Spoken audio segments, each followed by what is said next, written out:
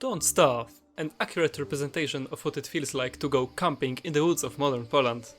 In this survival sandbox you are provided with free cardiovascular training, great soundtrack, racism, pierogi and your glorious survivor brain. Let's dip into it.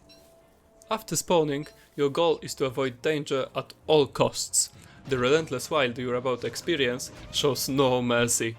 As in any survival game, building a base will help you with keeping you safe. Mostly. And unlike Minecraft, you can't go around with weight equivalent to 3 pyramids of Giza, so sooner or later you'll have to store your things. Besides storage purposes, base is a place where you build all your appliances that will hopefully heighten chances of you living to see the next day.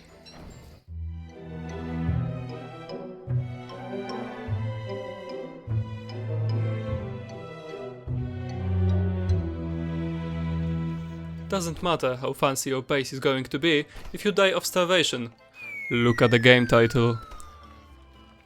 Your primary source for filling that biochemical engine in the early game are berries and carrots. A little nutritious, good enough for now.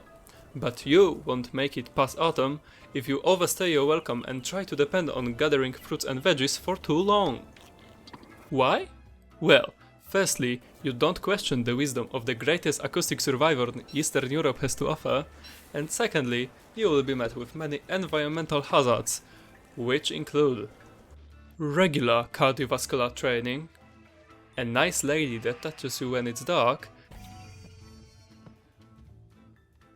and relentlessly approaching winter on day 20. The problem is that you need time to prepare for this, and unlike in real life, you can't ignore your problems until they go away.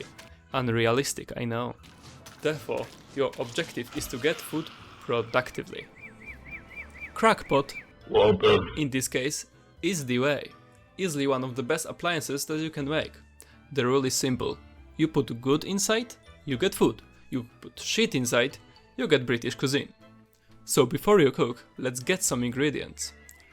Forced adoption is good. Birds are good. Cage is good. After you put one inside, you can barter. 1 piece of meat for 1 egg. Pretty rad. You can also hunt a fucking mammoth. Your hunter-gatherer ancestors would be proud. There are many nice meals, but these two are my favorite. Meatballs. Here's a rough recipe. Nasty hunger value and very neat. 1 morsel, 1 veggie, 1 egg and 1 filler and you get pierogi, a literal steroid. Whilst meatballs are the holy grail of this community, pierogis will be your crack. The time we save by not dying is going to be spent on gathering basic resources, which include grass, sticks, wood and stone. While the food lets you survive, these will let you progress. Always needed, always in limited supply, so do yourself a favor and grab plenty. Meanwhile, you should be also looking out for these pointy stones. With these, you are able to build basic tools that will help you build things that maybe won't kill you. That reminds me of a save where I didn't want to deal with a dragonfly.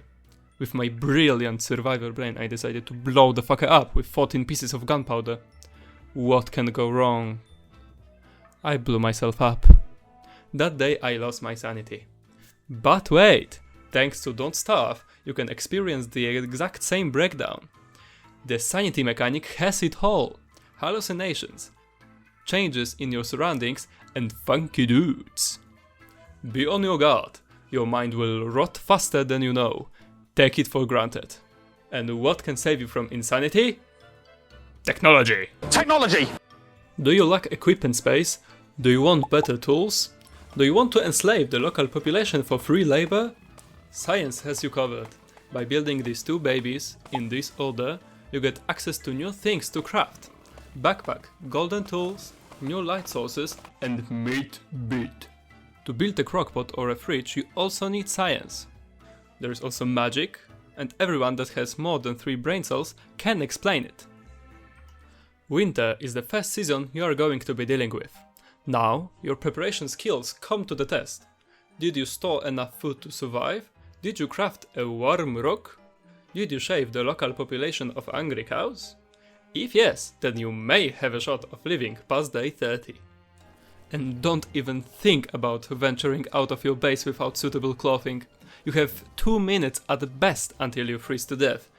That's what the angry cows were for. There is this Valus guy that spawns at his camp only in winter. Kill him for a chance of getting his dope hat and this useless task that I am certain that it has no practical use that would be a game changer whatsoever. I could talk about other seasons, but there are far too many for this video. It's also way more fun if I don't tell you. Caves, my beloved. There is nothing like playing this game for over 800 hours and still shitting yourself when hearing cave noises and cave creatures. There is a payoff to this torture though. If you venture further down the caves, you might be able to fight remnants of an ancient civilization. Arguably the most dangerous biome in the game, but as I said, payoff is lucrative. To get into the caves, you have to find cave sinkholes and then mine them. After that you jump and pray you won't have to pay a $200 fee in medical bills after you broke your knees. Well, let's talk about bosses. Very dope, very terrifying. It is without a doubt one of my favorite things about the game, cool designs and even cooler loot. Every single one has the quirks that will present you with different problems that you are going to be dealing with. But fear not, some of them you can avoid. Some of them. There are currently 25 characters across all versions and DLCs, with some being reworked in the multiplayer version. Needless to say, it can keep the experience fresh for much longer. Best way to explain the experience between playing different characters is to say that you will suffer, but differently. I think there isn't an OP character, except for the potato guy, and each character incentivizes a different playstyle, which will define your early and late game goals. Now, guess which character is my favorite? Honorable mention. Joining a communist agricultural commune isn't a bad idea, especially in the multiplayer version. Farms will provide you with a supply of veggies that your pierogies will need. If you are as mentally unstable as I am, you will also be able to talk with plants.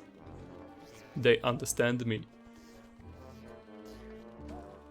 And build a lightning rod. Lack of it teases Mother Nature. And that's basically it. I told you the basics and that's all the things you need to have fun in this game. You can play whatever version you want, with choices being the base game but cool, the base game but cool with friends, Robinson Crusoe, and Hamlet. Everything here is self-explanatory, except Hamlet that I'm not willing to explain. If the Reign of Giants was my wife, then Hamlet DLC must be my abusive ex, and that is the only thing I am going to say. Every choice here is valid, but I take no legal responsibility for psychiatrist fees after playing Hamlet. If you really don't know where to start, the base game plus My Wife DLC is the best way to go, I think. No lag, nice recent update that made the game more up to date, and the closest you can get to experiencing true terror of the unknown. Nice. Multiplayer version after you learn the game and you want to have real endgame goals, or you have friends, I don't know, I don't have any, so can't tell. Shipwrecked is an interesting twist on basic gameplay with fundamentally changed maps, seasons, mobs and crafting recipes. I advise it after you get bored with the base setting. So what makes Don't Starve a game of all time? Well, I don't know, but in my opinion the whole survival aspect is nailed on. Seasons, random world generation and wacky creatures lead to a massive range of various experiences. The process of getting cucked by something and then avoiding it on the next try is a feeling I am living for. That's why finally killing this dick feels so good. So go and play the game, it's great. I intentionally left some things out so you can experience them on your own. Some of you may die, but that's a sacrifice I am willing to make. If you're already played the game, it's still worth playing it again, trust me. You don't have to make any plan for your playthrough, try to think of it like an adventure and take it like that one Minecraft save from 2012. Truly inspirational. Enjoy the pain.